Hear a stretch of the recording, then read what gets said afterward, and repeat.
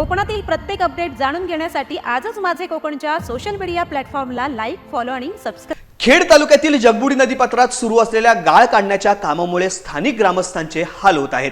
खेड मच्छी मार्केट पासून भोसते गावाकडे जाणारी पिढ्यानपिढ्या वापरात असलेली महत्त्वाची पायवाट या कामांमुळे बंद झालेली आहे. भोसते, अळसुरे, निळीक आणि कोंडिवली या 4 गावांना जोडणारी ही पायवाट बंद झाल्याने वृद्ध आणि शाळकरी मुलांना आता 2 ते 3 किलोमीटर अधिक अंतर चालावे लागत आहे.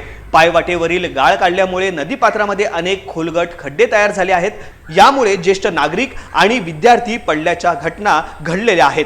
त्यांच्या सुरक्षिततेचा गंभीर प्रश्न निर्माण देखील झालेला आहे. संबंधित अधिकाऱ्यांचे लक्ष केवळ गाळ काढण्यावरती असल्याने ग्रामस्थांच्या या समस्येकडे दुर्लक्ष होत असल्याचा आरोप गावकरी करत आहेत.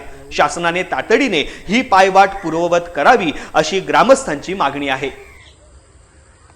गेले अनेक वर्ष हा आमचा नदीतून जाण्याचा मार्ग हा प्रशासनाने जो काही हा आडवा घातलेला आहे, हा आडवा मार्ग आज आमच्या गोरगरिबांसाठी तर अगदी धोकादायक ठरलेला आहे, सगळ्यांना त्रासदायक ठरलेला आहे. आणि ह्याच्यामध्ये विद्यार्थ्यांना सुद्धा बहुसंख्येने भरपूर काही त्रास होतो. कामगारांना, खेडमध्ये जाणाऱ्या दुकानामध्ये कामगार आणि खरेदीसाठी जाणाऱ्या कामगारांना सुद्धा आणि खरेदी करणाऱ्यांना सुद्धा भरपूर काही त्रास होतो. 4 किलोमीटरचा अंतराचा प्रवास वाढलेला आहे.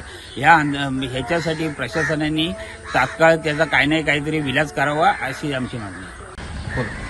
हे आमचं भोसते गाव आणि भोसते गावातून खेडमध्ये जायला हा आमचा पारंपरिक, जेवढ्या पिढ्या भोसते गावामध्ये गेल्या असतील तेवढ्या पिढ्यांचा हा जाण्या येण्याचा पारंपरिक मार्ग. समोर मच्छी मार्केट दिसतंय आणि हा आमचा, याला आम्ही कलम बोलतो. कलम ही जागा कलम. तर इथून आम्ही पलीकडं 8 महिने, पावसाचे 4 महिने गेले तर 8 महिने आम्ही इथून आमची 24 तास रहदारी असते. असं एकही तास जात नाही किंवा 5-10 मिनिट जात नाही, इथून माणसं जात येत नाहीत. तर आमचा हा पारंपरिक पायवाट, आमची ही शासनाने गाळ उपसा ह्या नावाखाली तिथे विल्हेवाट लावलेली आहे. आमची पायवाट राहिलेलीच नाही. ह्या 15 दिवसामध्ये कमीत कमी 10 ते 12 लोक इथं पाण्यामध्ये पडलेत. पुन्हा ह्या मार्ग इथं विस्कळीत केल्यामुळे 2 किलोमीटर आम्हाला अंतर वरून पुलावरून इकडून 1 किलोमीटर, तिकडून 1 किलोमीटर, 2 किलोमीटर अंतर वृद्धांना पुन्हा विद्यार्थ्यांना असं जावं लागतं. आणि ते 2 किलोमीटर अंतर चालत 2 किलोमीटर जाणं, 2 किलोमीटर येणं, हे 4 किलोमीटर अंतर वाढतं. आणि 4 किलोमीटर अंतर वाढल्यामुळे काही मुलांना चक्रा सुद्धा आल्यात. काही म्हातारी माणसं पडलेत सुद्धा चक्कर येऊन. असा हा त्रास शासनाच्या ह्या गाळ उपसा याच्यामुळे हा त्रास आम्हाला भोसतेवासी, नुसतं भोसतेवासियांना नाही तर भोसते, अळसुरे, निळीक, कोंडवली ही 4 गावं आता तरी इथून जाणं येणं करतात. आणि भोसत्यातली 80% लोक इथून जाणं येणं चालतं त्यांचं. तर ह्या आम्हाला सर्वसामान्य ज्यांच्या गाड्या आहेत ते 2-4 किलोमीटर अंतर जातात. पण ज्यांच्या गाड्या नाही, जे खरोखर गोरगरीब आहेत, ते गोरगरीब इथूनच जात येत असतात.